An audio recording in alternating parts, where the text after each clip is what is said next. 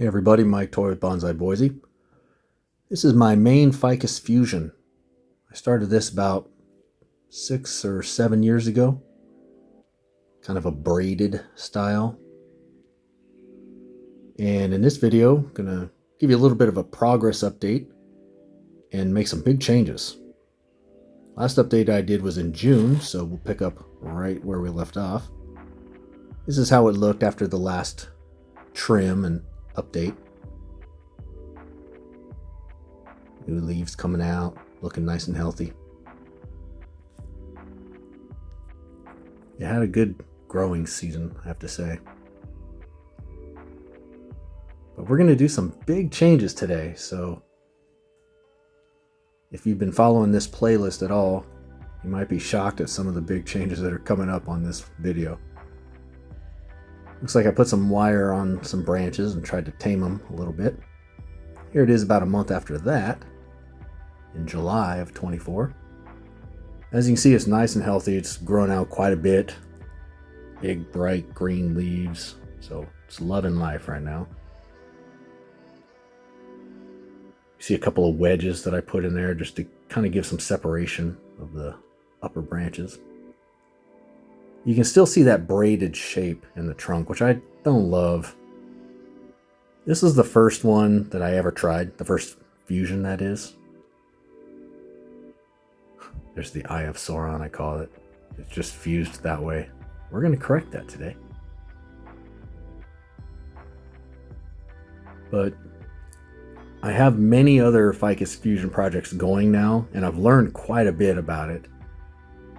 Still learning with each one, but the main thing that I learned is not to do the braided style like I did with this one. It just takes so much longer to fuse. This is 6 or 7 years of progression, and I've got others that are maybe better fused after 2 years. So here's how it looked after I trimmed it up that day. Looks like all soaking wet. Here it is a month after that. It's looking flushed out with growth yet again.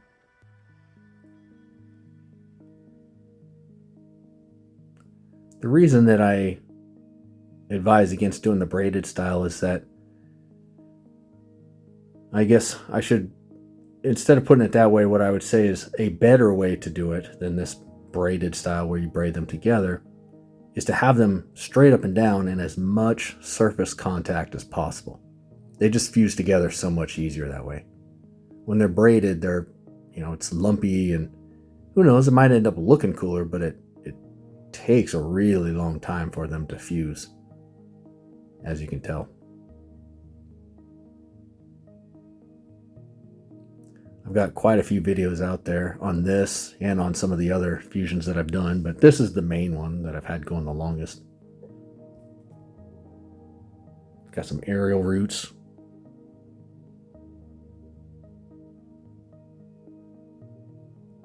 The problem with this one too is that it's always been kind of messy.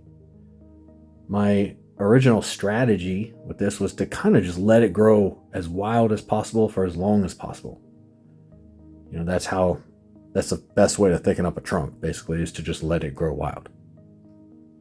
But doing that makes it really hard to keep it tame.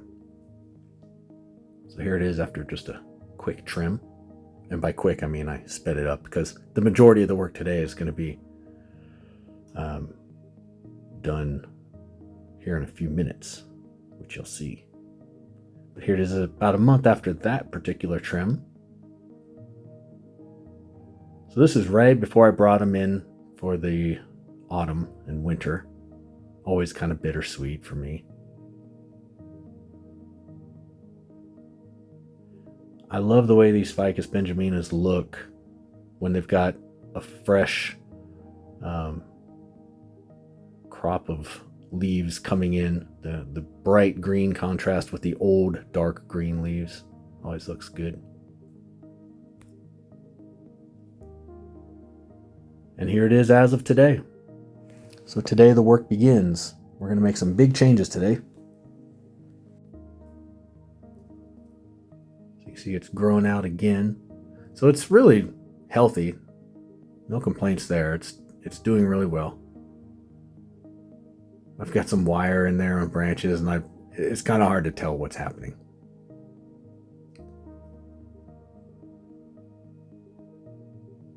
So let's take a closer look at this fusion here.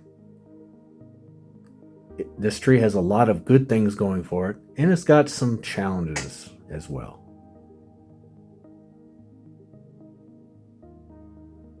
The aerial root situation. I tried really hard to get aerial roots to grow for a long time. And then I finally figured out a pretty sure way of doing it, which is just to put a plastic bag over it and spray some mist in it. It acts as kind of like a little greenhouse and makes it humid, and it just shoots aerial roots out all over the place. So if you're ever looking for a way to do that, that's how you do it. Just about guaranteed. But keep your eye on it, because if you let it go too long in the plastic bag, it can grow mold. So just keep your eye on it. It shouldn't take more than, I'd say between 2 to 4 weeks to start seeing some aerial roots. But now here's the problem with aerial roots. I'm becoming less of a fan of them. And it seems obvious to me now, but when you have aerial roots, so what's really happening with aerial roots is that you're bypassing the trunk. So all that energy, which would have otherwise gone to thicken up the trunk, you're just bypassing it, and you're thickening up the trunk or the upper branches above the main trunk. As you can see where the aerial roots kind of connect with the trunk there. So that's bad for all kinds of reasons. It slows down the thickening of the trunk, which is what you always want to get. And it gives reverse taper. So then you've got this upper trunk, which is thicker than the bottom trunk, and it looks goofy and weird, and it takes a long time to correct. So I'm less a fan now of aerial roots. There's certain circumstances where it looks good and it fits good and it's a good style, but for this particular case, I am no longer a fan. So that's my little rant on aerial roots. In the meantime, what I'm doing here is I started making some big cuts. I honestly didn't set out to do this. I just sort of wanted to trim it up a little bit. But as I'm looking at it more and more, I'm seeing opportunities here where big cuts can be made. Like right there, for example. See a little tiny branch right under where I made that cut? That allows me to make the big cut. For anybody who doesn't know, Ficus benjamina will typically not backbud anywhere that there is not foliage. So if you cut all the foliage off of a branch, that branch will just die back to the main trunk. So you got to make sure that there is some growth under wherever you're making the cut. And so what I'm doing now, that I'm on kind of a roll here making big cuts, is I'm looking for those opportunities. And I'm getting rid of these aerial roots. I thought they were my greatest ally in this tree, but it turns out they're my biggest enemy. They're actually working against me in every way.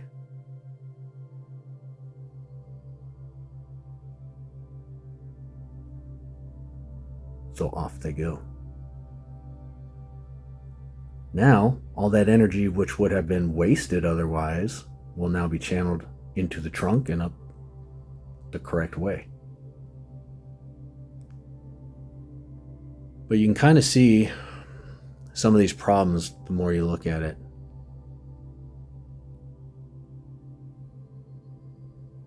Another big cut. These make good little cuttings though. You see where the trunk there, right under my finger where I'm pointing, see how it's thicker right there than it is below? That's the opposite of what you want. That's reverse taper in a bad way.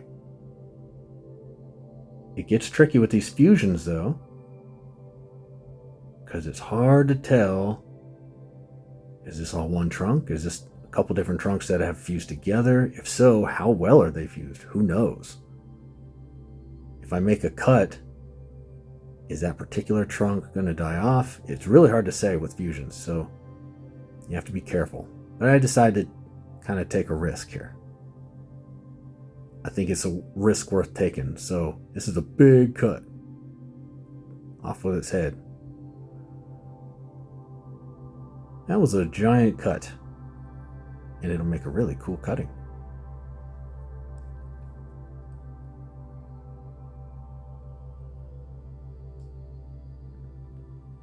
All of these big cuts that I'm making here, they've all been a long time coming. Not trying to sound overly dramatic about it, but been working on this tree for 6 or 7 years, fusing it together, and I've given very little thought to structure. Only in the past couple of years have I really started to look at that, and even then it was just loosely. But all the problems have only gotten worse, and they're only going to keep getting worse until I address them. So apparently today's the day that I'm going to address them. I'm going to try and get this wire off of here.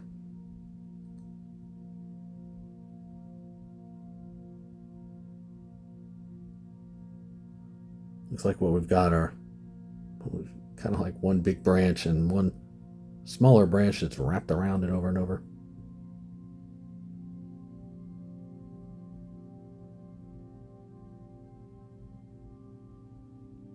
So I think I can take it back as well. Back to that one.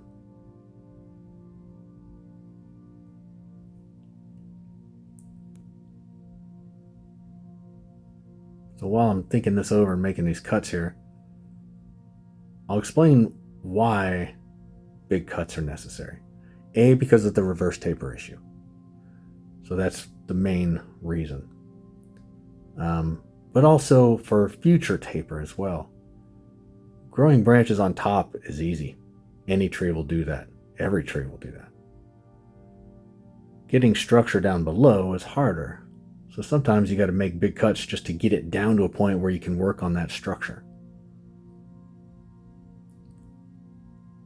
In this particular case, it had just gotten so out of control up there that it was just kind of necessary.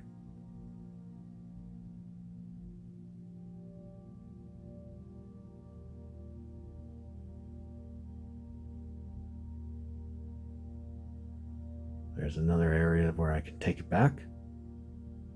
And also, when you take a tree's height down, sometimes it'll look goofy for the first maybe a couple of months or so. But in the end, it ends up looking better. It makes the trunk look thicker just by contrast. Think of like a person. If a person is, let's say, 200 pounds, but they're 7 feet tall, they don't look all that thick. They look pretty thin. But if they're 5 feet tall, they look thicker. Same 200 pounds either way. It's the same for a tree. So a tree has a certain thickness, but if it's shorter, it just looks thicker. And yes, I make these analogies up as I go, so they're not all winners.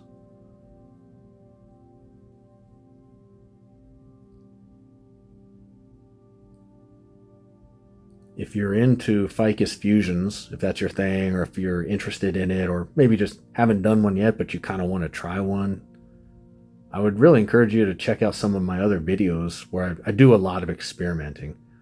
I mean, I don't have any particular, how-to documentaries out there, but I just do a lot of experimenting and I show what works and what doesn't work. I try to show the failures like I'm doing here now. As well as the wins. So, check some of those out. Earlier videos on this particular tree, and then videos on just some miscellaneous ficus fusions that I've done.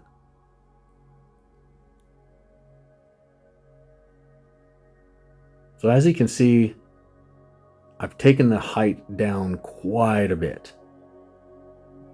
I've been kind of strategic about making sure all the branches are facing outward. But now there's this goofy little aerial root. Check that out. So it starts up top, it wraps around, and then it kind of disappears into the braided trunk like a river disappearing into a cave. It looks weird. And I want to get rid of it. but also I don't want it to look goofy. It takes me a minute to kind of figure out whether it's worth getting rid of or what. But at this point, I kind of think it is worth getting rid of. Because you see that gap in between the top part of the aerial root and the branch that it's connected to? How long is it going to take for that gap to fuse together and fill up? Forever. Maybe never. So, I think I'm just going to get rid of it. Because that gap is going to be too much to work with. And also, I'm kind of on a roll with big cuts, so here we go. There goes the top. There goes the bottom. So I'll clean up that little cut right there. And then, I actually think it looks better.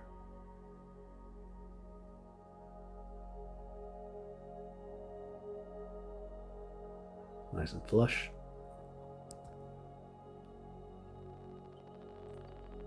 So that's pretty close to all the cuts. Now the two other issues I'm going to address, the branch off to the right, they're wrapped together, but they're not really fused. So I'm going to wrap it up in this, what is essentially packing tape.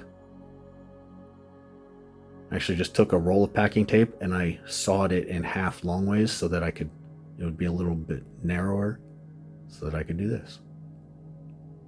And this way I can actually see the progress of the fusion too. I've tried many methods. This works well so far. Teflon tape, plumber's tape, that's been working well. And then here's something else I'm doing.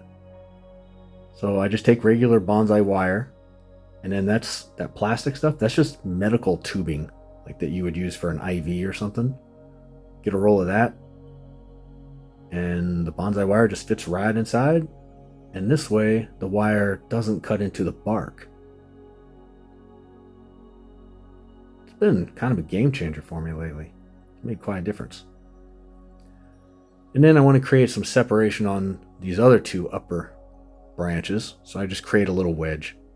I just take some bonsai wire, put it in the shape of a wedge, get it in there, and then just kind of open it up some. You don't have to really kill it. You just need just a little bit. So it gave just a little bit more separation, as you can see. Wedges have also been a good addition to my repertoire. So there it is. Quite a difference from how we started. To think how this looked just a few minutes ago, like that, taken all the way down to that. But this will fill back out in no time, and when it does, the structure will be much more correct than it was before. So it's a temporary sacrifice for a long-term gain. And I got to show some of my goofy methods along the way. My packing tape technique, my bonsai wire and medical tubing, and my little bonsai wire wedges. So hopefully you got something out of this. Leave me any comments you've got. I know there's a lot of people out there that do fusion, so I'd love to hear other techniques and tricks and what works and what doesn't, or just opinions. And please like and subscribe too. Appreciate that. Have a good rest of your day, everybody.